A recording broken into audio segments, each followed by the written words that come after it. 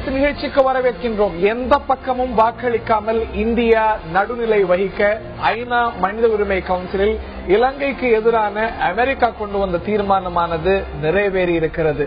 இந்த தீர்மானமானது பலன் தருமா? சர்வதேச விசாரணை என்பது தவிர்க்க முடியாததாயிற்றா?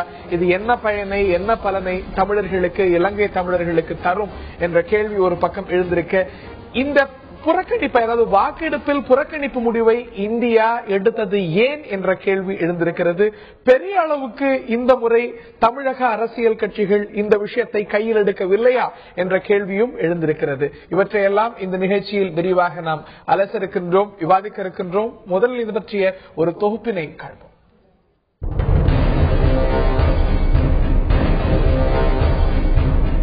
ஜெனீவாவில் நடைபெற்ற ஐநா பேரவை கூட்டத்தில் இலங்கைக்கு எதிராக வெளியிலிருந்து சர்வதேச விசாரணை மேற்கொள்ள வேண்டும் என்று அமெரிக்கா கொண்டு வந்த தீர்மானத்தை 23 நாடுகள் ஆதரித்து ஓட்டு போட்டன.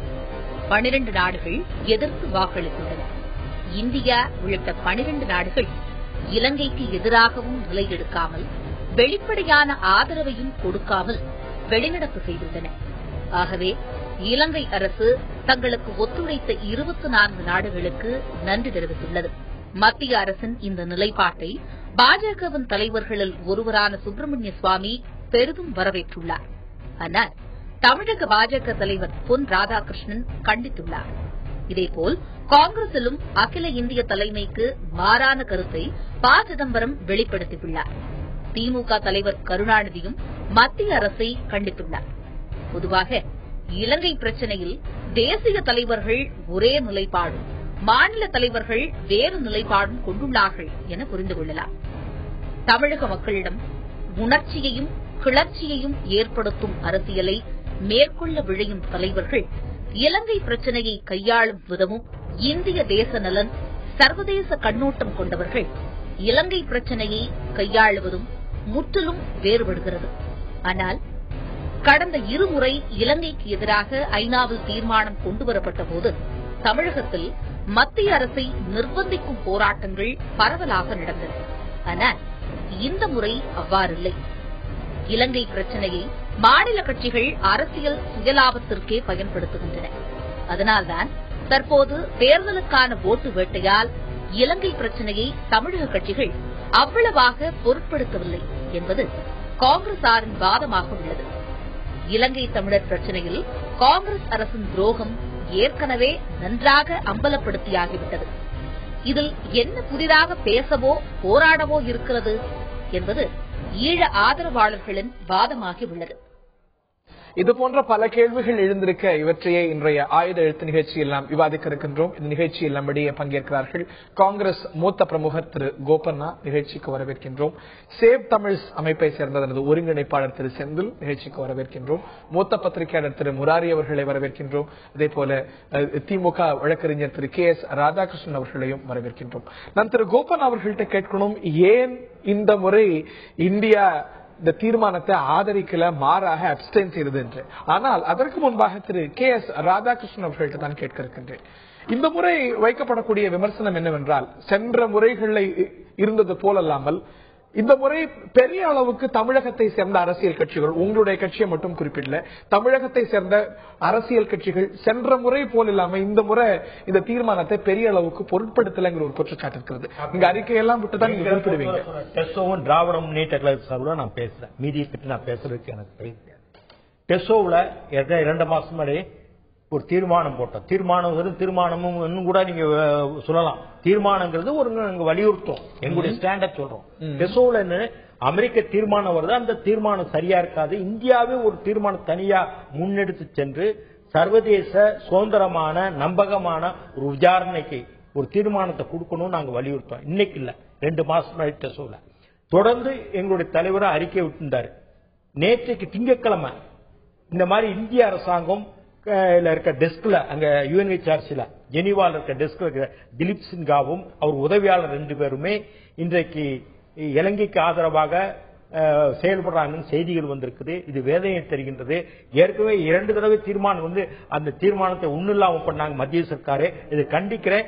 இது வந்து ரொம்ப ஆணித்தரமாக மத்திய சர்க்கார் வாதாடி சர்வதேச சுதந்திரமான விசாரணைக்கான ஒரு உக்தியை ஏற்படுத்தணும் ஜெனீவான்னு சொல்லி நாங்க திங்கட்கிழமை அறிக்கை விட்டோம். நாங்க சும்மா அமைதியா இல்ல.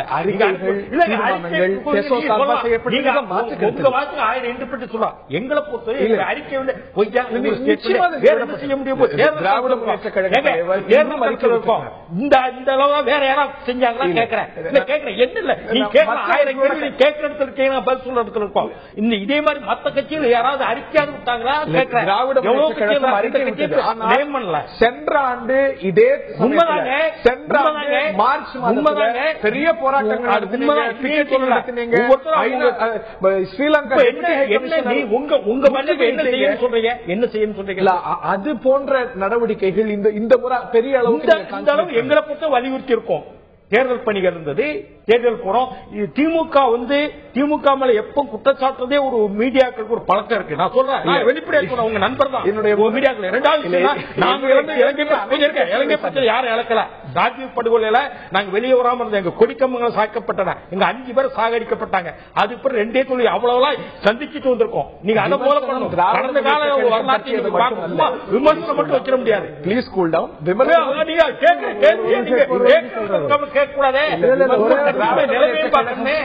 மட்டுமல்ல, எல்லா அரசியல் கட்சிகளும் போன வருஷம் இந்த விஷயத்தை கையில் எடுத்தது போல சர்வதேச விசாரணை கையில் எடுக்கல. இல்ல எங்களை பொறுத்த எங்க நிலைப்பாடு சொல்லிட்டோம். போன வருஷம் நீங்க வந்து ஸ்ரீலங்கா துணை தூதரகத்தை முற்றுகையிட்டீங்க, மாபெரும் போராட்டம் நடத்தினீங்க.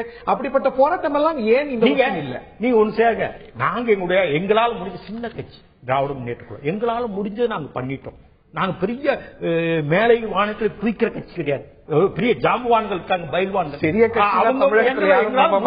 பண்ணிருக்கோம். நீங்க பெரிய நாளை செஞ்சவங்க அவங்க எல்லாம் பெரிய ஜாம்பவான் இருக்காங்க. 5 அசிங்கங்கள் அவங்க கேளுங்க. எளிய மனிதர் அவரால் முடிஞ்ச ஒரே கேள்வி உங்கள்கிட்ட தமிழக கட்சிகள் முன்வைக்கலங்கிற ஒரு குற்றச்சாட்டு சரியாக தானே? ஓரளவுக்கு சரியா அது வேற ரீசன். இவர் சொல்றதுக்கு வந்து ஒரே ஒரு இவர் சப்போர்ட் பண்றாரு எடுத்துக்காதீங்க. ஸ்டாலின் சொன்னாரு அப்ப நாங்க இருந்தோம், இப்ப இல்ல.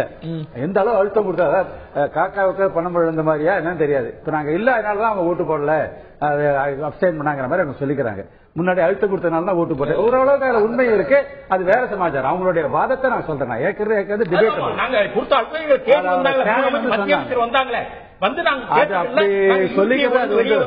ஐநாவுக்கு போனோம். எங்க தளபதி ஐநாவுக்கு போய் மனு கொடுத்தோம், யூஎன்ஹெச்ஆர்சி கொடுத்தோம், யூஎன்ஓ கொடுத்தோம், சர்வதேச விசாரணை நேரடியா போனோம். தமிழ்நாடு எந்த கட்சியா நேரடியா போய் கொடுத்தாங்களா? இல்ல. நான் திரு கோபன் அவர்கள்ட்ட கேட்கிறேன். இந்த ஒரு குற்றச்சாட்டு ஒரு பக்கம். சென்ற முறையெல்லாம் நாங்கள் வாக்களித்தோம், இந்த தீர்மானத்துக்கு ஆதரவாக வாக்களித்தோம், இலங்கை தமிழர்களுக்கு ஆதரவாக இருக்கிறோம்னு சொன்னீங்க. ஆனால் இந்த முறை நீங்க இந்த தீர்மானத்துக்கு ஆதரவாக வாக்களிக்கவே இல்லை, அப்ஸ்டெயின் செய்திருக்கீங்க, இலங்கைக்கு ஆதரவாக செயல்பட்டதாக உங்களுக்கு குற்றச்சாட்டு. மத்தியில காங்கிரஸ் அரசு இருந்தாலும் இப்போ வந்து தேர்தல் நடத்தை விதிகள் அமலில் இருக்கு. இந்த நேரத்தில் வந்து ஒரு காங்கிரஸ் வந்து கொள்கையின் அடிப்படையில் எடுத்த முடிவு அல்ல இது. மத்திய அரசு எடுத்த முடிவு, கேபினெட் கூடி எடுத்த முடிவு அல்ல இது. மத்திய அரசு வெளியுறவுத்துறையில இந்த திலீப் சின்ஹா வந்து இந்திய பிரதிநிதியாக இருப்பவர் ஒரு நிலை எடுத்திருக்கிறார். அந்த நிலை எடுத்ததற்கு திலீப் சின்ஹா சொல்கிற காரணம் என்னன்னா, இல்ல இது திலீப் சின்ஹா எடுத்த முடிவு இல்ல, இந்திய அரசாங்கத்துடைய நிலைப்பாடு, இந்திய அரசுடைய முடிவுதான் அது. வந்து அதாவது மத்திய காங்கிரஸ் அரசு இதனுடைய கேபினெட் கூடி பேசி எடுத்த முடிவு. மன்மோகன் சிங் நாங்க எடுக்க முடியாது. மன்மோகன் சிங்குக்கு தெரியாமல் இல்ல கேபினெட்டுக்கு தெரியாமல் நான் சொல்றேங்க, தேர்தல் நடத்தை விதி இருக்கிற காலகட்டத்தில், நடத்தை விதிகள் அமலில் இருக்கிற காலத்தில் கொள்கை முடிவு எடுக்க முடியாது. ஆனால் இந்த முடிவை வெளியுறவுத்துறை அமைச்சகம் மூலமாக இந்த முடிவு எடுக்க சொல்ற வருது. தேர்தல் காரணமாக தான் அப்ஸ்டெயின் செஞ்சிருக்கோம், அப்படிதான்? இல்ல, கிடையாது. நான் சொல்றேன், அதற்கு மேல அவர்கள் சொல்லுகிற அது ஒரு காரணம். அடுத்து அதற்கு திலீப் சின்ஹா சொல்கிற காரணம் என்னன்னா, 2009, 2012, 2003 3 முறை தீர்மானம் வந்திருக்கு. அதுல வந்து 2 இதுல நாங்க ஆதரித்து, இந்தியா ஆதரித்து வாக்களித்தது. அப்போ வந்து சர்வதேச விசாரணை கேட்டு தீர்மானம் இல்ல. இந்த முறை சர்வதேச பாரபட்சமற்ற ஒரு விசாரணை வேண்டும் என்று தீர்மானம் இருக்கிறது. அங்க எல்எல்ஆர்சி ஒரு விசாரணை நடத்துகிறது. இப்ப சர்வதேச விசாரணை நீங்க கேட்கறீங்க. ஆக ஒரு கிரைமுக்கு 2 விசாரணை நடத்துவது முற்றிலும் எந்த பயனையும் தராது. இந்த நிலையில எல்எல்ஆர்சி சில பாசிட்டிவ் நடவடிக்கைகளை எடுத்திருக்கு. அது என்னன்னா, அங்கே ஒரு அரசு வந்திருக்கு. வடக்கு மாகாணத்திலே ஒரு தேர்ந்தெடுக்கப்பட்ட மக்களாலே தேர்ந்தெடுக்கப்பட்ட ராஜபக்சே அரசு நடத்திய தேர்தலில் ராஜபக்சே கட்சி தோற்கடிக்கப்பட்டு அதற்கு நேர் எதிரான தமிழ் அமைப்புகள் கொண்ட தமிழ் தேசிய கூட்டமைப்பு அங்கே வெற்றி பெற்றிருக்கிறது. வெற்றி பெற்று அங்கே ஜனநாயக பாதைக்கு அந்த மக்கள் திரும்பி இருக்கிறார்கள். இது ஒரு பாசிட்டிவ் டைரக்ஷன். அது மட்டுமல்ல, இந்தியா அங்க இருக்கிற மக்கள், இந்த போரிலே பாதிக்கப்பட்ட மக்களுக்கு மறுவாழ்வு, அவர்களுக்கு மறு குடியமர்த்தல், இன்னும் பெரிய நிறைய ப்ராஜெக்ட் முதலீடு மூலமாக எங்களை பொறுத்தவரை இங்கே இருக்கிற அரசியல் கட்சிகள் உணர்வுகளுக்கு மதிப்பளிப்பதா, அங்கே வடக்கு மாகாணத்திலே வாழ்கிற தமிழர்களுடைய உணர்வுகளுக்கு மதிப்பளிப்பதா, அங்க தேர்ந்தெடுக்கப்பட்ட அரசனுடைய உணர்வுகளுக்கு மதிப்பளிப்பதா, வடக்கு மாகாண அரசு உங்களை இந்த தீர்மானத்தை நடுநிலை அவர்கள் அத்தகைய கோரிக்கை வைக்கல. ஆனால் அங்கே வடக்கு மாகாணத்தில் இருக்கிற ஒரு அரசு அந்த மக்கள் எதிர்காலத்திற்கு எது உகந்ததோ எது நல்லதோ அந்த அடிப்படையாக வைத்துத்தான் இந்திய அரசு எந்த முடிவு நிலைப்பாடுதான். இந்த நிலைப்பாடுதான் வடக்கு மாகாணத்தில் இலங்கையில் இருக்கக்கூடிய தமிழர்களுக்கு நல்ல. இலங்கைக்கு எதிரான தீர்மானம் ஐநா மனித உரிமை கவுன்சிலில் நிறைவேறி இருக்கிறது. இந்தியா நடுநிலை வகித்திருக்கிறது. இதற்கான காரணமாக கேட்கும் பொழுது தமிழர்களுடைய நலன் சார்ந்தே இந்த முடிவை எடுத்திருப்பதாக சொல்கிறது. இதுதான் தமிழர் நலன் சார்ந்த விஷயமா, இதுதான் அவசியமா தமிழர் நலன் சார்ந்த ஒரு கேள்வி சொல்லியிருக்காங்க சுஜாதா சிங். தேச நலன் சார்ந்த இது தமிழர் நலன் சார்ந்ததாங்கிற கேள்வி கோபன் அவர்கள் தமிழர் நலன். இலங்கை தமிழர் பிரச்சனையை பொறுத்தவரை இங்க தமிழ் மக்களுடைய உணர்வு பிளஸ் தேசிய பார்வை அல்லது சர்வதேச அளவில் இருக்கிற பல உறவுகள், இந்தியாவுடைய பாதுகாப்பு, அண்டை நாடு, பல அடிப்படையை வைத்துதான் அந்த முடிவு நாங்கள். போன வருஷம் வாக்களிச்சீங்களா? அது எந்த அடிப்படையில்? பாரபட்சமற்ற விசாரணை. ஏன்னா போர் 2009 நடைபெற்று 2-3 ஆண்டுகளாக எத்தகைய உருப்படியான ஒரு நடவடிக்கை எடுக்கல, விசாரணையும் இல்லை என்ற போது ஒரு கடுமையான நிலை எடுக்க வேண்டும். இல்ல முன்னேற்றம் ஒரு தேர்ந்தெடுக்கப்பட்ட ஒரு அரசு வந்திருக்கு. விக்னேஸ்வரன் மனித உரிமை மீறல்களுக்கும் ஒரு தேர்ந்தெடுக்கப்பட்ட அரசு வருவதற்கும் என்ன ஒரு பெரிய தொடர்பு இருக்க முடியும்? அது ஒரு இனத்துல முன்னேற்றமா இருக்கலாம். அங்க ஒரு ஜனநாயக முறையில ஒரு தேர்தல் நடந்து அங்க மக்களால தேர்ந்தெடுக்கப்பட்ட ஒரு ஆட்சி அங்க நாங்க கொண்டு வந்திருக்கோம். அது நாங்க இந்தியா கொடுத்த அழுத்தத்தின் காரணமாகத்தான் இலங்கை அரசு அது செய்திருக்கிறது. நான் திரு செந்தில் அவர்கள்ட்ட கேட்க விரும்புகின்றேன். இந்தியா கொடுக்கக்கூடிய விளக்கம் இல்ல, இந்த தீர்மானத்தை எதிர்க்கக்கூடிய நாடுகளும் இதே விளக்கத்தை தான் கொடுக்குது. இந்த ஒரு தீர்மானமானது நடந்திருக்கக்கூடிய முன்னேற்றங்களை ப்ராகிரஸ கருத்தில் கொள்ள தவறுகிறது அப்படின்னு. இது மட்டுமல்லாது தமிழர் நலன் சார்ந்து எடுத்திருக்கக்கூடிய முடிவாகவும் திரு கோபன் அவர்கள் சொல்றாங்க. முதல்ல ஒண்ணு இந்தியா நடுநிலைமை வகித்ததா சொல்லப்படுறது இல்லையா? அது இந்த இறுதி இதுல பார்த்தா வாக்களிக்காம விட்டாங்க. அதுக்கு முன்னாடி 2 வாக்கெடுப்புகள் அங்க நடக்குது. ஒண்ணு இப்ப இந்த டிபேட் பண்ண வேணாம்னு சொல்லி பாகிஸ்தான் மூவ் பண்றாங்க. இந்த விவாதத்தை இப்ப நடத்த வேணான்றது. அப்ப இந்தியா நடத்த வேணான்றதுக்கு வாக்களிக்கிறாங்க. இரண்டாவது, அந்த தீர்மானத்தின் மிக முக்கிய பகுதியான ஐநா மனித உரிமை மன்ற ஆணையர் அலுவலகம் ஒரு புலனாய்வு செய்ய வேண்டும் வர அந்த வரிகளை நீக்க வேண்டும் சொல்லி பாகிஸ்தான் முன்வைக்கிறாங்க. அப்ப நீக்க வேண்டும்ன்றதுக்கு இந்தியா வாக்களிக்கிறாங்க. அப்ப அது சாரத்துல பார்த்தா இலங்கை அரசு இந்த வரிகள் நீக்க வேண்டும் தீர்மானத்துக்கு எதிராக முன்னாடி 2 முறை வாக்களிச்சிருக்காங்க. இறுதியில அப்ஸ்டைன் பண்றதா இது பண்ணிட்டு வெளில வராங்க. ஆக சாரத்துல இந்திய அரசு இலங்கை அரசுக்கு ஆதரவா செயல்பட்டு ஒழிய நடுநிலைமை கிடையாது. ஒன்று. இரண்டாவது, ராஜபக்சே அதுக்கு எங்களுக்கு இத்தனை நாடுகள் அப்ஸ்டைன் பண்ண நாடுகள் எல்லாமே எங்களை ஆதரித்த நாடுகள் தான், தீர்மானத்துக்கு எதிரான நாடுகள் தான். இப்போ 12 நாடு அப்ஸ்டைன் பண்ணிருக்காங்க, 12 நாடு எதிர்த்து வாக்களிச்சிருக்காங்க. இப்போ மொத்தம் 24 நாடு எங்களுக்கு ஆதரவா இருக்கு அப்படின்றத அவங்க பேசுறாங்க சிங்கள தரப்புல இருந்து. இன்னொன்று, தமிழர் தரப்பு அங்க இவங்க சொன்ன மாதிரி தேர்ந்தெடுக்கப்பட்ட ஒரு அரசு இருக்கு அப்படின்னா, இதே வடக்கு மாகாண சபை மார்ச் மாதம் ஐநா மனித உரிமை மன்ற கூட்டத்தொடர் தொடங்குவதற்கு முன்பாக உலக அரசுகளை நோக்கி இலங்கை அரசு புரிந்த போர் குற்றங்கள், மனித குலத்துக்கான குற்றங்கள் மீது ஒரு பன்னாட்டு புலனாய்வு நடத்தப்பட வேண்டும் அந்த அரசாங்கம் வடமாகாண சபையில தீர்மானம் நிறைவேற்றிருக்கு.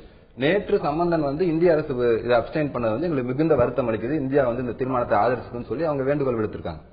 அங்க இந்திய தரப்புல இருந்து அங்க திலீப் சென்கா சொல்ற காரணம் என்னன்னா, பன்னாட்டு புலனாய்வு என்பது இலங்கையோட இறையாண்மையில் தலையிடுவது, அதனால நாங்க இதை ஆதரிக்க முடியாதுன்ற காரணத்தை சொல்றாங்க. அது முழுக்க முழுக்க நான் திரு கோபன் அவர்கள்ட்ட அதைத்தான் கேட்க விரும்புகின்றேன். நீங்க அப்ஸ்டைன் செய்தீங்கன்னு சொன்னாலும் கூட இதற்கு முன்னால, அதாவது பேரா பை பேரா வாக்கெடுப்பு வரும்பொழுது இலங்கைக்கு ஆதரவாக நடந்து கொண்டீங்கிறது குற்றச்சாட்டு. இல்ல நாங்க இலங்கையோட நாங்கள் தொடர்ந்து பல நடவடிக்கைகள் எடுத்து வரோம். நாங்க இப்ப மத்த அமெரிக்காவோ மத்த நாடுகளோ இலங்கையில் இருக்கிற தமிழர்களுடைய மறுவாழ்வில் அக்கறை இல்லாதவர்கள், அவர்கள் எந்த நடவடிக்கை எடுக்கல, அவர்கள் எந்த நிலையும் எடுக்கலாம். ஆனா அங்கே இருக்கிற 49-50 லட்சம் தமிழர்கள், அதாவது இலங்கை தமிழர்கள், மலையக தமிழர்கள், தமிழ் பேசுகிற முஸ்லிம்கள் என்று 49 லட்சம் தமிழர்களுடைய பாதுகாப்பு, எதிர்காலம் எல்லாவற்றையும் அடிப்படையாக தமிழர் பிரதிநிதிகள் உங்களுடைய நிலைப்பாட்டை வரவேற்கிறாங்களா? இல்ல, அது வேற. அது இல்ல, நான் சொல்றேன், அவர்கள் வெளிப்படையாக சில நிலை எடுப்பார்கள். ஆனால் அங்கே இருக்கிற தமிழ் மக்களுடைய வாழ்வாதாரத்தை நீங்க இன்னைக்கு ஒரு எதிரான நிலை எடுத்து இந்த தீர்மானத்தையே நீங்க ஆதரவா வாக்களித்துட்டு இந்த நிலை எடுக்கலன்னு சொல்லி வச்சுக்கோங்க. அப்புறம் இலங்கையோடு தொடர்ந்து நாங்கள் பல கிட்டத்தட்ட 4000 கோடி ரூபாய் முதலீட்டுல அங்க நாங்க சில திட்டங்களை செய்யறோம். 48,000 கோடி மானியம் கடன் கொடுத்து பல ரயில் பாதை இணைப்பு, மின்சார உற்பத்தி போன்ற பல திட்டங்களை நாங்கள் செயல்படுத்துறோம். இதெல்லாம் ஆன்கோயிங் ப்ராசஸ்ல நாங்க இருக்கிறோம். நடுவுல இடையில இதெல்லாம் துண்டிக்கிற மாதிரி நீங்கள் சில நிலையை மற்ற நாடுகள் எடுப்பது வேறு, இந்தியா எடுப்பது வேறு. திரு கே எஸ் ராதாகிருஷ்ணன் இதை பற்றி நான் கேட்க இருக்கின்றேன். ஆகிய காரணத்தினால நம்ம அண்டை நாடு, நமக்கு நிறைய பொறுப்பு இருக்கிறது எனும் பொழுது இந்த தீர்மானத்தை நம்ம ஆதரிச்சிட முடியாதுங்கிறது திரு கோப்பனுடைய நிலைப்பாடு. இங்க ஒரு கேள்வி கேட்டேன், கடந்த முறை ஏன் அதிர்ச்சிங்க 2 தடவை கேட்டீங்க. இன்றைக்கு ராஜபக்சே போர்க்குற்றங்கள் புரிந்த ஒரு நாட்டின் அதிபர். 2வது இந்திரா காந்தியை ஒத்துக்கிட்டாங்க, அங்க இன அழிப்பு நடந்தது. இப்ப கிட்டத்தட்ட 90 ஊர் பேர்கள் சிங்கள மாற்றிட்டாங்க தமிழர் வடக்கு கிழக்கு மாநிலங்கள. இப்படி இன அழிப்புக்கான காரண காரியங்கள் அங்க இருக்குது. அவரை சர்வதேச ஒரு விசாரணை, புலனாய்வு, ஒரு சுதந்திரமான நம்பகமான இதுக்கு உட்படுத்தினால்தான் அங்குள்ள மக்களுக்கு ஒரு அரசியல் தீர்வு எடுக்க முடியும். இது கடந்த காலத்துல உதாரணங்கள் இருக்கு. லைபீரியாவில் சார்லஸ் டேரா அப்படித்தான் குற்றவாளி குழு நிப்பாட்டி அவர் குற்றவாளி போல் லண்டன் ஜெயில இருக்காரு. போஸ்னியா அதிபரையும் அப்படித்தான் பண்ணாங்க. அப்படி பண்ணால்தான் ராஜபக்சே குற்றம் பண்ணார்னு தெரிஞ்சால்தான், உலக அளவுல செஞ்சாதான் அடுத்த கட்டத்துக்கு நகர்வுக்கு தமிழர் கொண்டு போக முடியும். அங்க சேர்ந்து வாழ முடியாத நிலைமை. தந்தை செல்வா காலத்துல அந்த முடிவு எடுத்துட்டாங்க. வட்டுக்கோட்டை தீர்மானத்துல, சுன்னாகம் தீர்மானத்துல போட்டாங்க. இந்த நாள்ல அவங்க சேர்ந்து வாழ முடியாது. சகவாழ்வுங்கிறது சாத்தியம் இல்லை. சம்பந்தம் என்ன சொல்றாரு? தமிழ் சம்பந்தம் டெல்லி ஓகே பண்ணி சொல்லலாம். அதுக்காக சம்பந்த பேச்சு நாங்க கேட்க வேண்டிய அவசியம் இல்லை. எங்க கருத்தை நாங்க சொல்றோம், மக்களுடைய கருத்தை சொல்றோம். சம்பந்தம் கற்பே ஒரு அடிப்படை கருத்து கிடையாது. ஒரு நிமிஷம், இவர் ஒரு எக்ஸ்ட்ரீம் பொசிஷன் இருக்கிறார், ஒரு பொசிஷன் இருக்கிறாரு. நான் சொல்றேன், இவர் சொல்றது நான் உடன்படல. ஏன்னா அங்க தமிழர்கள் நிலம், அதாவது இதுக்கு எதிராக ஓட்டு போட்டா அடுத்த நாள் எல்லாரும் அழிச்சிருவாங்க மாதிரி. That is nonsense. இன்னைக்கு அப்ஸ்டேட் பண்ணதுக்கு அவ்வளவு சந்தோஷப்படுறாங்க கொலம்போல. அந்த அளவுக்கு இந்தியாவோட செல்வாக்கு இன்னும் அங்க இருக்கு. இத்தனைக்கும் அப்ரோச் நீங்க பாத்தீங்கன்னா இந்த மீக் சீஃப் மினிஸ்டர் அடுத்த மோடி வந்தானே அக்ரெசிவ் அப்படிலாம் பேசிட்டு இருக்காங்க.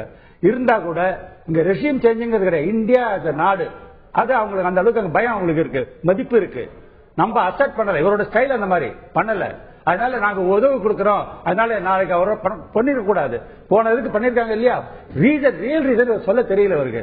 என்ன தெரியுமா, நீ இன்க்ளூசிவ் ரெசல்யூஷன் கொண்டு வெளியில இருந்து கொண்டு கொடுத்தேன்னா, யூஎன்எஸ்சிஆர் கொண்டு உள்ள கூட இன்வெஸ்டிகேட் பண்ண சொன்னா, இட் பூமராங் ஆன் யூ. காஷ்மீர்ல ஹியூமன் ரைட்ஸ் வயலேஷன், அருணாச்சலம், மணிப்பூர்ல போராட்டம்.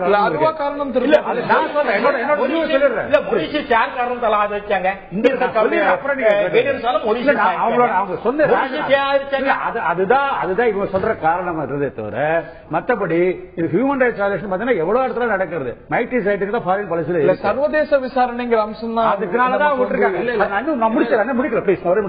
இதுல என்ன பண்ணிருக்கணும்னா, சரி இது சாவரிட்டி இரான்மையை பொறுத்தது, இன்னொரு தலையிட மாதிரி இருக்குன்னா, அதே சமயத்துல இந்த 5 வருஷத்துல இந்த லோக்கல் இது இருக்கு இல்லையா, எத்னிக் ரெகன்சிலியேஷன் கமிஷன் என்ன பண்ணிருக்காங்க, ப்ரோக்ரஸ் போட்டு கேட்டிருக்கணும். அது கூட இவங்க பண்ணல. அதுதான் என்னோட வருத்தம்.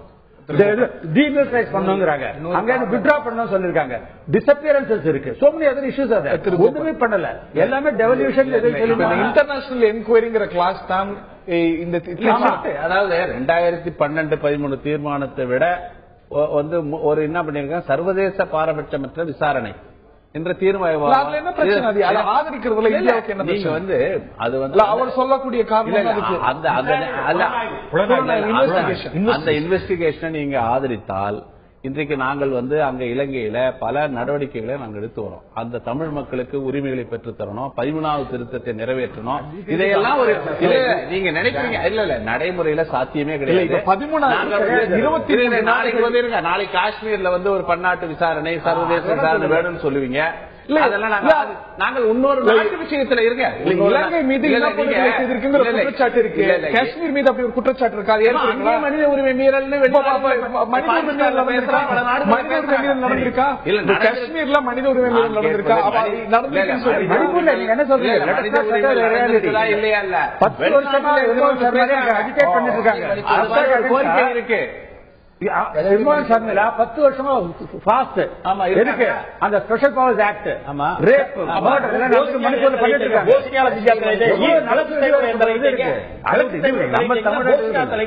சிரியாவுக்கு தலையிடுறீங்களா, பாலஸ்தீன்ல தலையிடுறீங்களா? ஆனா அதை விட முக்கியமானது என்னன்னா, இந்த ஜனவரி லாஸ்ட் வீக்ல லலித் வீரதுங்கா ராஜபக்சேவுடைய தனிச் செயலர் அவர் அமெரிக்காவுக்கு லாபி பண்றதுக்காக போற தீர்மானத்தை நிறுத்ததுக்கு அங்க இருந்து ஒரு ஸ்டேட்மெண்ட் கொடுக்காரு. எங்க மேல போர் குற்றங்கள் நடத்துறதுக்கான புலனாய்வு வருதுன்னா இந்திய அமைதிப்படை IPKF காலத்துல அந்த போர் குற்றங்களை நாங்க விசாரிக்க சொல்லுவோம் அப்படின்னு. இப்ப ஏன் அது ஒண்ணு. ரெண்டாவது 2009 போர் நடந்துட்டு இருந்த காலத்துல இருந்து இந்திய அரசு இந்த போருக்கு துணை செஞ்சுட்டு இருக்காங்க. இப்ப ராஜபக்சே சொல்லிருக்காரு we fought India's war எந்த இடத்துல ராஜபக்சே இல்லாட்டி கோத்தபாய ராஜபக்சே ஒரு பேட்டி இருக்கே தவிர என்ன மெட்டீரியல் கொடுத்திருக்கு நீங்க சொல்லுங்க.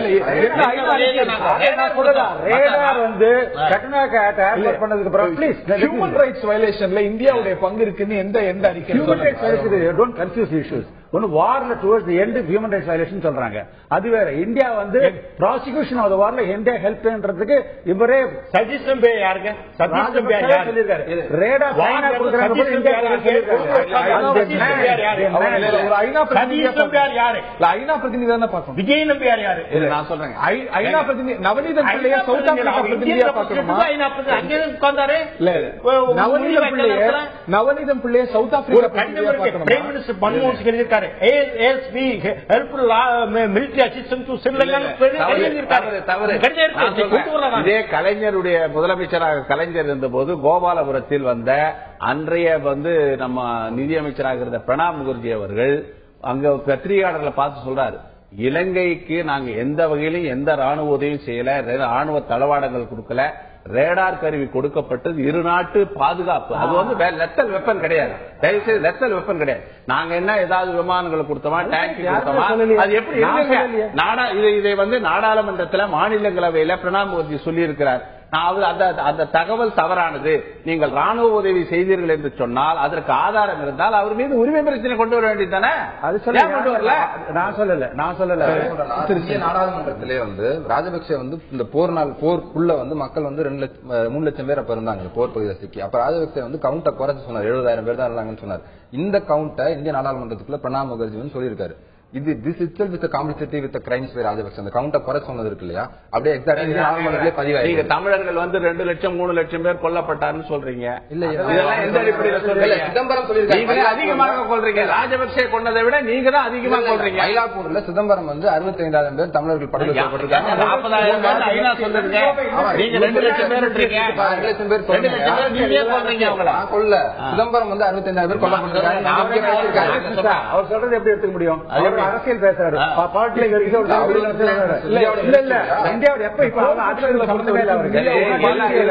எல்லாம் பேசுறீங்க, மனித உரிமை மீறலை பத்தி எல்லாம் பேசுறீங்க. ராஜபக்சே கடுமையான மனித உரிமை மீறல் இருக்காரு, தண்டிக்கப்பட வேண்டும், அதற்கு விசாரணை வேண்டும், எல்லாம் பேசுவோம்.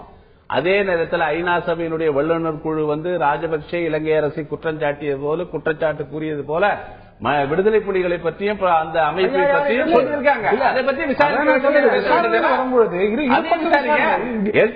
விசாரிக்கணும். மனித உரிமைகளை நாங்க போர் நடக்கிற வனாந்தர காட்டு பகுதியில அப்பாவி மக்களை லட்சக்கணக்கான மக்களை மனித கேடயமாக பயன்படுத்திய விடுதலை புலிகள் மீது விசாரணை நடத்த வேண்டும் என்று மனித உரிமை ஆர்வலர்கள் பேச மறுப்பதையே திரு கோபண்ணா, மனித உரிமை ஆணையர் நவநீதம் பிள்ளையுடைய பரிந்துரையும் தான் இந்த தீர்மானம் தான். இரு பக்கமும் ஒரு பக்கம் தான் பேசுறீங்க, இன்னொரு பேச மாட்டீங்களா? அவங்க போராடி அப்படி கிடையாது. நீங்க அறிவிக்கிறீங்க போராடிங்க இல்ல விடுதலை புலிகள் போராடி. அகிலியா என்ன சொன்னீங்க? அகிலியா என்ன சொன்னீங்க?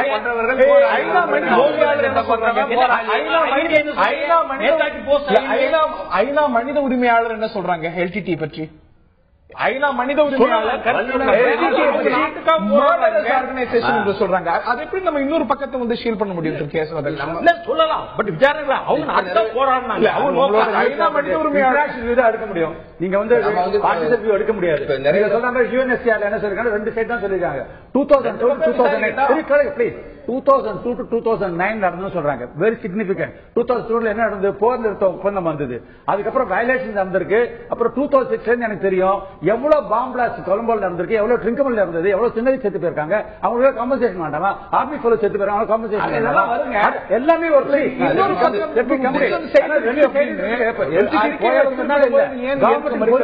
கேள்வி இருக்கு. நம்ம வந்து இந்த தீர்மானம் இருக்கு இல்லையா, இரு தரப்பின் மீதும் புலனாய்வு செய்யப்படும் இந்த தீர்மானம் நிறைவேறிருக்கு. இந்த யாரும் எதிர்க்கல. இது தரப்பு மீது புலனாய்வு செய்யணும்ன்றத தமிழர் தரப்புல இருக்க யார் இருக்குல்ல, டிஎன்ஏல இருந்து தமிழ் தேசிய கொண்டு எல்லாரும் வரவேற்க செய்யறாங்க. யார் எதிர்க்கிறாங்கன்னா ராஜபக்சே சிங்கள அரசு எதிர்க்கிறாங்க.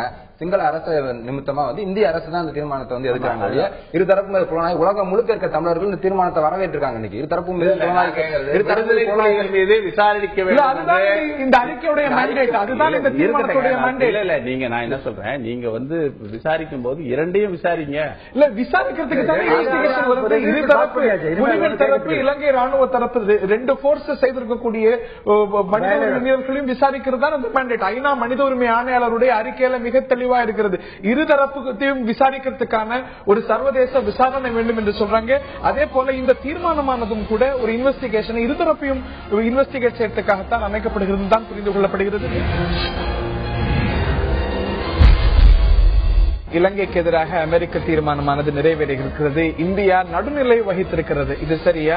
இதுதான் பொருத்தமானதா? இது பற்றியெல்லாம் இந்த நிகழ்ச்சியில் நாம் விரிவாக நாம் விவாதித்து வருகின்றோம். இதை தாண்டி எழுந்திருக்கக்கூடிய கேள்வி SMS கேள்வியாக கூட முன்வைத்திருக்கின்றோம்.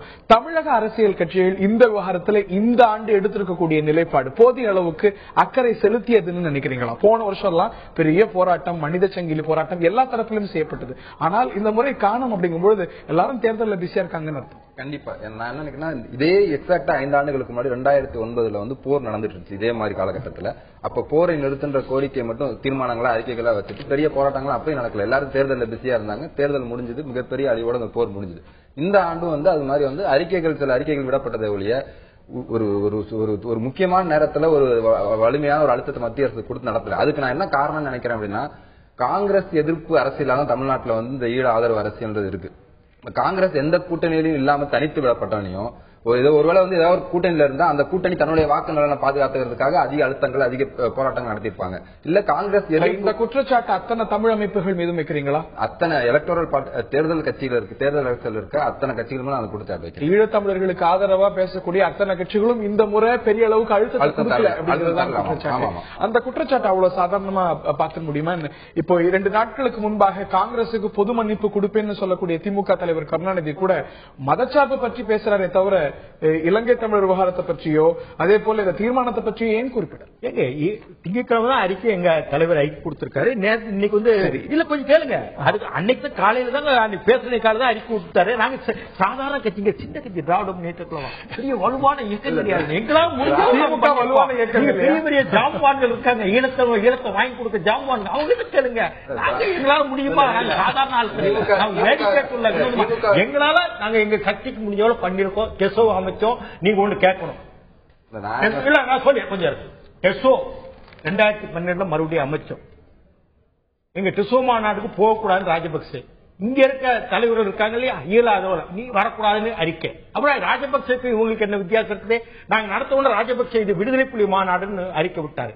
அங்க யாரும் ஏற்படுறது போகக்கூடாதுன்னு அறிக்கை. அந்த அதிர்வு வந்து நாங்க செஞ்சமா இல்லையா? திராவிட யோசிக்க சும்மா வந்து வார்த்தை காலத்தை எவ்வளவு பேசுறா, கேள்வி கேட்கிற எளிதே நடைமுறையில் வரும்போது கவனிக்கல கேள்விகள் பிரதானமா எழுந்திருக்கிறது. காங்கிரசுக்கு பொது மன்னிப்பு கொடுப்போம்னு மதசார்பு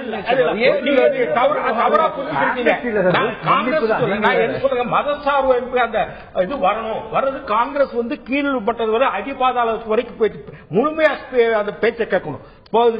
திரும்ப வந்து தங்களுடைய தவறுகளை திருத்தி சொன்னா உங்களுக்கு அதுக்குள்ள குறிப்பிட்ட கிராஸ் கிடையாது இந்த விவாதம். நீங்க சொல்லுங்க, அவர் என்ன சொன்னாரு? காங்கிரஸ் அடி பாதாளத்துக்கு போயிடுச்சு, தவறுகளை திருத்திக் கொள்ள வேண்டும். அப்படி திருத்திக் கொண்டால் மன்னிக்கக்கூடிய வாய்ப்பு இருக்குன்னு அப்படிதான் சொல்லியிருக்காரு. நான் மன்னிச்சு நாளைக்கு சேர்க்கிறேன்னு சொல்லலாம். மதச்சார்பு பற்றி குறிப்பிட்ட என்னுடைய கேள்வி, மதச்சார்பு பற்றி குறிப்பிடக்கூடிய திமுக தலைவர் ஏன் என்ன காரணத்துக்காக காங்கிரஸ் அரசாங்கத்திலிருந்து யூபி அரசாங்கத்திலிருந்து வெளியில வந்தாரோ அந்த இலங்கை தமிழர் பற்றி குறிப்பிட்ட அறிக்கை விட்டாரா இல்லையாங்க? அறிக்கை விட்டாரா இல்லையாங்க? இதை கொஞ்சம் கேளுங்க. அது அறிக்கை விட்டாரா இல்லையா? இன்னைக்கு வந்து அதை நாங்க கடுமையா எடுத்துக்கோமையா?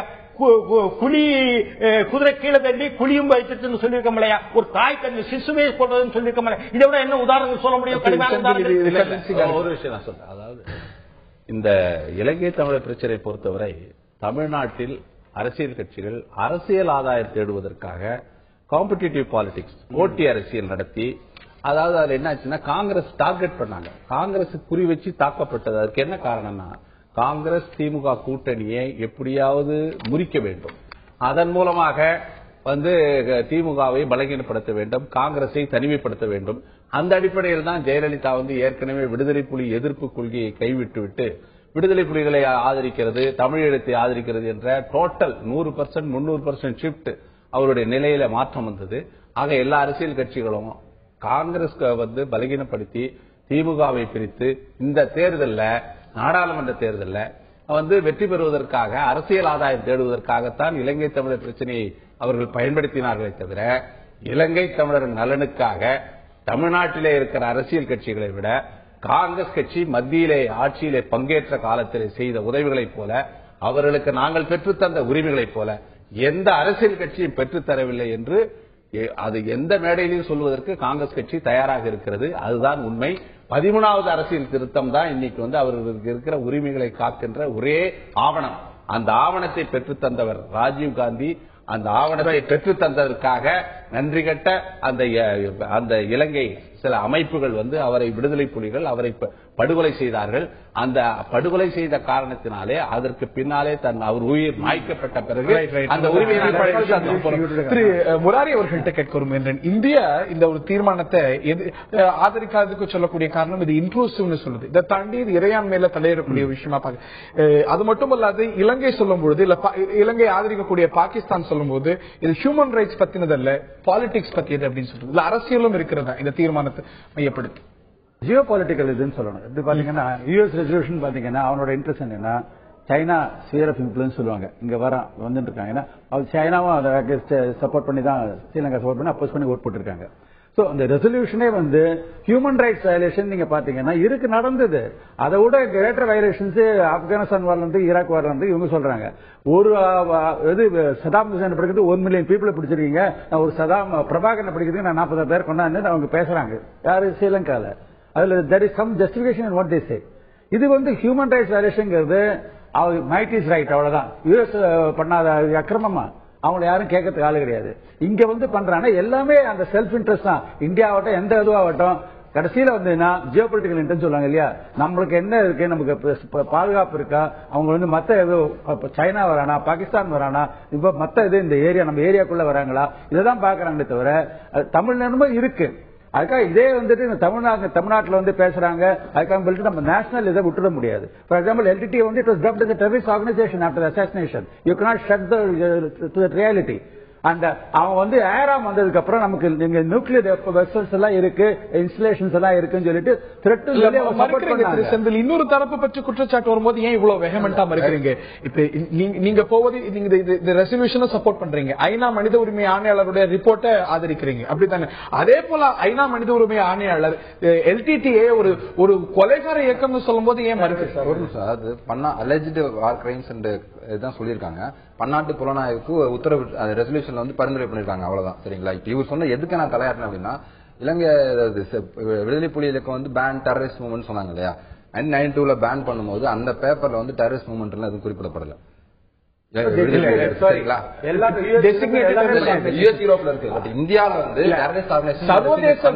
சர்வதேச விசாரணை வேண்டும் என்று சொல்லக்கூடிய நவநீதம் பிள்ளை LTTA பற்றி என்ன பயங்கரவாத அமைப்பு நவநீதம் பிள்ளை அறிக்கையில என்ன இருக்கு, பேனல் ஆஃப் எக்ஸ்பர்ட் அறிக்கை இருக்குல்ல, அறிக்கையில LTTA என்னெல்லாம் மனித உரிமை மீறல்கள் செய்திருக்கு இல்லவே இல்லையா? மனித உரிமை செய்திருக்கு அறிக்கையில் சொல்லியிருக்காங்க. நம்ம தான் புலனாய்வு பண்ணணும்னு சொல்றோம்ல. புலனாய்வு அது இரு தரப்பின் மீதும் புலனாய்வு செய்ய வேண்டும் என்பதை நாம் மறுக்கவில்லை. புலனாய்வு பண்ணல. இன்னொரு பக்கம் மீது குற்றம் சாட்டும் போது செலக்டிவா இல்ல தவறு அந்த புலனாய்வு பண்ணா சொல்றோம். நவநீதம் பிள்ளை மர்டர்ஸ் ஆர்கனைசேஷன் சொல்லும் போது இது ஏத்துக்கிறீங்க? இல்ல மர்டர்ஸ் சொல்லுவது ஏத்துக்கலங்க. அலெஜ்டு வார் கிரைம்ஸ் இருக்கு, கிரைம்ஸ் இருக்குன்னு சொல்றாங்க. ரெண்டு தரப்பு மேலே புலனாய்வு பண்ணுங்க நம்ம சொல்றோம். ரெண்டு தரப்பு புலனாய்வு பண்ண நவநீதம் பிள்ளை LTTA மர்டர்ஸ் ஆர்கனைசேஷன் சொல்லிருக்காங்க ரிப்போர்ட்ல இருக்கு. இந்த லேபிள் அதுதான் அவங்க செலக்டிவா எடுத்துவாங்க, வேண்டுகிறதுக்கு மீதி விட்டுறாங்க. விட்டாங்க அந்த பிராண்ட மாதிரி மூடி மறைக்கப்பட்ட ஒரு விஷயம். புலனாய்வு பண்ண சொல்ல நம்ம புலனாய்வு பண்ண சொல்றோம். புலனாய்வு பண்ண வேணாம்னு சொல்லி மத்திய காங்கிரஸ் சொல்லுது. நம்ம ரெண்டு தரப்பு மேலே புலனாய்வு பண்ணுங்க, பண்ணி அதை நிறுவீங்கன்னு சொல்றோம். ஆனா வேணாம்னு சொல்றாங்க.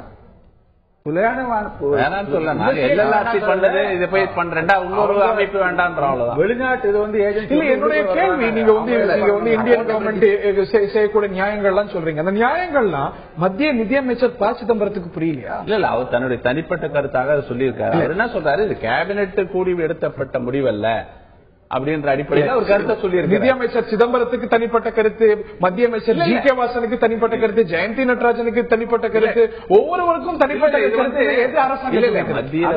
எலெக்ஷன் டைம்ல இல்ல, இது வந்து தேர்தல் நடக்கிற நேரம் இருக்கு. ஒரு கொள்கை முடிவு எடுக்க முடியாது.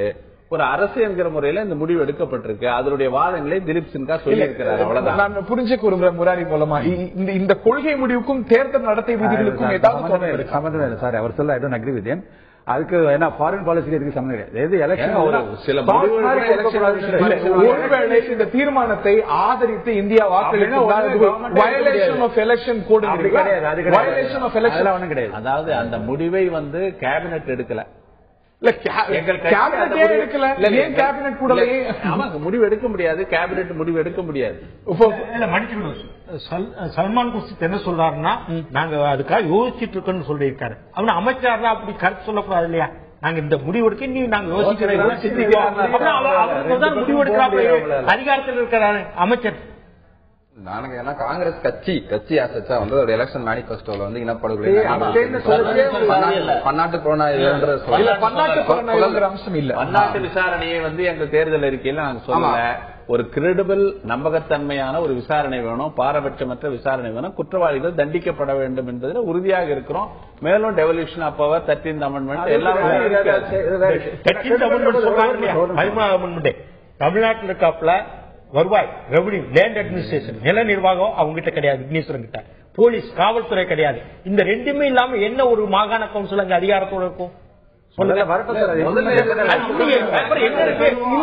மற்ற மாகாணங்களுக்கும் இலங்கையுடைய மற்ற மாகாணங்களுக்கும் அது இல்லைன்னு வடக்கு கிழக்கு மாநிலம் இல்ல, எல்லா மாநில மாகாண சர்க்கார முழுமையா இருக்கணும் இல்லையா? நிர்வாகத்துல போல ஒரு பெரிய மாநிலம் கிடையாது. கிரெடிபிள் இன்வெஸ்டிகேஷன் சொன்னா அவங்களோட ஓன் ஸ்ரீலங்கன் கவர்மெண்டோட பண்ணிருப்பாங்களா? நான் முதல்ல இருந்தே நான் சொல்லிட்டு இருக்கிறது, at what level you took the responsibility. ஒரு ஃபுட் சோல்ஜர் லெவல்லையா, இல்ல president, commander of the armed forces Rajapaksa, அவர் பிரதர் டிஃபென்ஸ் செக்ரட்டரி பரஸ் பொன்சேகா, இவங்க லெவல்லையா? எந்த லெவல்ல நீங்க பண்ண போறீங்க? அது முடிவே ஆகல. கடைசி மட்டும் கடைசியில 4 நாள்ல நடந்த ஃபுட் சோல்ஜர் பே பண்றதுனால என்ன பயனா போறது? இது லார்ஜர் கொஸ்டின். அது தவிர இது இன்னொன்னு இருக்கு, என்னன்னா ஹெவி மிலிட்டரி பிரசன்ஸ் இருக்கு. டிமிலிட்டரைஸ் பண்றோம்னு சொல்றாங்க, இன்னும் பண்ணவே இல்லை. அது பாதி இடத்துல வந்து லேண்ட் வந்து மக்கள் இருக்கு. இன்னும் என்ன ப்ரோக்ரஸ் சொல்லவே இல்லையா? இந்தியா பேசியிருக்கணும். அதெல்லாம் என்ன போயிருக்காங்க, எப்படி விட்ரா பண்ணி சொல்லிருக்காங்க. 5 வருஷத்துல எவ்வளவு பண்ணிருக்காங்க? அப்புறம் டிசப்பியரன்சஸ், காணாமல் போனவர்கள் எவ்வளவு பேர் வந்து கண்டுபிடிச்சிருக்காங்க? என்ன பண்ணி இந்தியா கேட்கவே இல்லை. கேட்டு இந்த அளவுக்கு அங்க ஒரு இல்லையா இது மட்டும் பப்ளிக்கா வரவே இல்லை சார். ஸ்லீப்பிங் ரிமார்க்ஸ் தான் சொல்லிக்க தவிர வெளியில வரவே இல்லை. ஒன்னு சொல்லி வரவே இல்லை, ஒண்ணுமே வரல. என்ன ப்ரோக்ரஸ் இது வரவே இல்லை. நேர்கிட்ட இன்றைய குறுஞ்செய்தி கேள்வி கேட்டிருந்தோம். இலங்கைக்கு எதிரான தீர்மானத்தில் தமிழக அரசியல் கட்சிகளுடைய நிலைப்பாடு எப்படிப்பட்டது என்று நேர்களுடைய பார்வைகள் இதோ.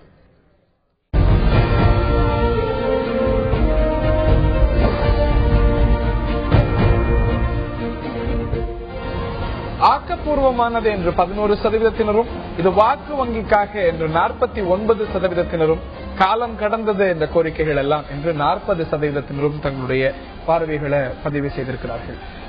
அரசியல் கட்சிகள் பெரிய அளவுக்கு இதுல கவனம் செலுத்தாதது இலங்கை தமிழர் விவகாரம் ஒரு போல் இஷ்யூ இல்லைங்கிறத காட்டுதான். எப்படி பார்க்கிறீங்க திரு? போல் இஷ்யூ வந்து ஒரு மெயின் இது. ஆனா இப்ப காங்கிரஸ் எந்த கூட்டணி இல்லாம இருக்கு இல்லையா, அது ஒரு முக்கியமான ஃபேக்டர் நான் பாக்குறேன். ஏதாவது ஒரு கூட்டணியில இருந்திருந்தா அந்த கூட்டணி தன்னுடைய தேர்தல் நலனை பாதுகாத்துக்கிறத முன்னிட்டு அதிக அழுத்தம் கொடுத்திருப்பாங்க மத்திய அரசுக்கு. ஆப்போசிட்ல இருக்க கேம்ப் வந்து காங்கிரஸ் எதிர்ப்பு வாக்குகளை பெறுவதற்காக அதிக அழுத்தம், அதிக அறிக்கைகள், போராட்டங்களை கொடுத்திருப்பாங்க. இந்த முறை காங்கிரஸ் தனித்து விடப்பட்டனால மத்திய அரசுல வந்து காங்கிரஸ் தலைமையிலான மத்திய அரசு வந்து காங்கிரஸ் தலைமையிலான மத்திய அரசு தான். அதுதான் இந்தியாவுடைய பொலிட்டிக்கல் லீடர்ஷிப் இன்னைக்கு. அதனால அதை மையமிட்டு தான் அரசியல் இதாக முடியும். ஒரே ஒரு சின்ன ஒரு நுவான்ஸ் டிஃபரன்ஸ். அப்போ பிஜேபி என்னாச்சு, வரப்போற கட்சி அவங்க என்ன ஸ்டாண்ட் எடுத்தாங்க, ஒண்ணுமே சொல்லல. பிஜேபி இப்ப இங்க பிஜேபி தமிழ்நாட்டிலும் கண்டெஸ்ட் பண்றாங்க, அதை பத்தி ஒண்ணுமே பேசலையே. அவங்க ஜெனீவா கன்வென்ஷன் பத்தி பேசிருக்காங்களா? வித்தின் தி ஃப்ரேம்வொர்க் ஆஃப் கட்சிகள் என்ன சொல்றாங்க, தமிழிகளை வேணுங்கிறாங்க. பாட்டாளி மக்கள் கட்சியோ மதிமுகவோ பிஜேபி அது தெளிவுபடுத்தணும். நிலைப்பாடு வைத்திருந்த காங்கிரஸ் கட்சியோடு நீங்க ஆட்சியில் இருக்கீங்க போது அந்த முரண்பாடு இயற்கையானது இல்ல. காங்கிரசுக்கு ஈழ ஆதரவு கிடையாது, ஆனால் அதே சமயத்துல நீங்க ஆட்சியில் இருந்திருக்கீங்க, அவங்களோட ஆட்சியில பங்கெடுத்திருக்கீங்க. அப்ப நாம் சொல்லியிருக்கோமே, தீர்மானம் சட்டமன்றத்திலே பாஸ் பண்ணி எங்களுக்கு பல்வேறு கருத்துக்களை சரி பண்ண கடிதம் எழுதியிருக்கமே, ஒரு அறிக்கை கூட வரலையே. அவங்க வந்து வெங்கய்ய நாயுடு சொன்னது 2009 நாடாளுமன்ற தேர்தல் நடைகிறப்போ மே மாதம் 13ஆம் தேதி தேர்தல், 17ஆம் தேதி ஈழப்போர் முடிகிறது, கடைசி கட்டம். அந்த தேர்தல் நடைபெறுகிற அந்த சூழல், அங்கே போர் நடக்கிற இறுதி கட்டத்தில் இங்கே தேர்தல். அந்த தேர்தலில் 40 இடம் பாண்டிச்சேரியோட நாங்க 28 இடங்களில் வெற்றி பெற்றோம். எங்க கூட்டணி காங்கிரஸ் திமுக பங்கேற்ற கூட்டணி. தமிழ்நாட்டில் வந்து நீங்க வந்து இது பேசப்படும், ஊடகங்கள்ல விவாதிக்கப்படும். மக்கள் வந்து எல்லா நியாயத்தையும் புரிந்து இலங்கை தமிழர் நலன் காக்கிற முடிவை மத்திய அரசு செய்யும் போது, காங்கிரஸ் செய்யும் போது ஏதோ காங்கிரசுக்கு தனிமைப்படுத்தப்பட்டதாக ஊடகங்கள் பேசலாமே தவிர மக்கள் கிட்ட அந்த மாதிரி தேர்தல் பிரச்சாரம் இல்லையாங்கிறத தாண்டி தமிழர்களுக்கு ஒரு விஷயம், அதுல எந்த நிலைப்பாடு சரியானது அப்படிங்கறதுல தான் மாற்று கருத்துகள் இருக்கிறது. இந்த நிலையில நிகழ்ச்சியில பங்கு பெற்ற திரு கே எஸ் ராதாகிருஷ்ணன் அவர்களுக்கும், திரு முராரி அவர்களுக்கும், திரு செந்தில் அவர்களுக்கும், திரு கோபன் அவர்களுக்கும், பார்த்த நேயர்களுக்கும் நன்றி தெரிவித்து விடைபெறுகின்றோம். வணக்கம்.